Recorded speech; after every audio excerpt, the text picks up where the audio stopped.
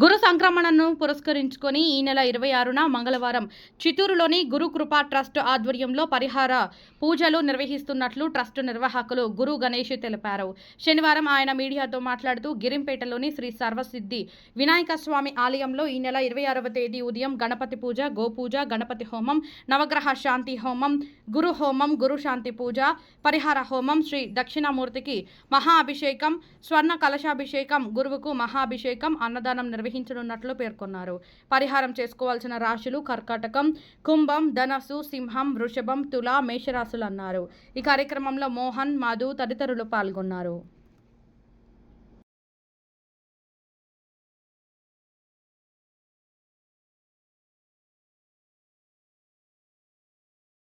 అందరికీ నమస్కారం.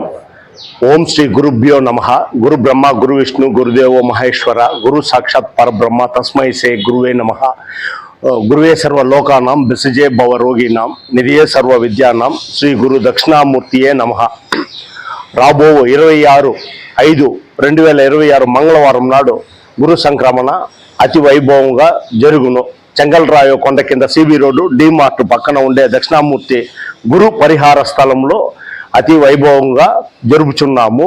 ఈ మంగళవారము 5 రాశి గురు భగవానుడు మిథున రాశి నుండి కర్కాట రాశిలోకి ప్రవేశిస్తున్నారు.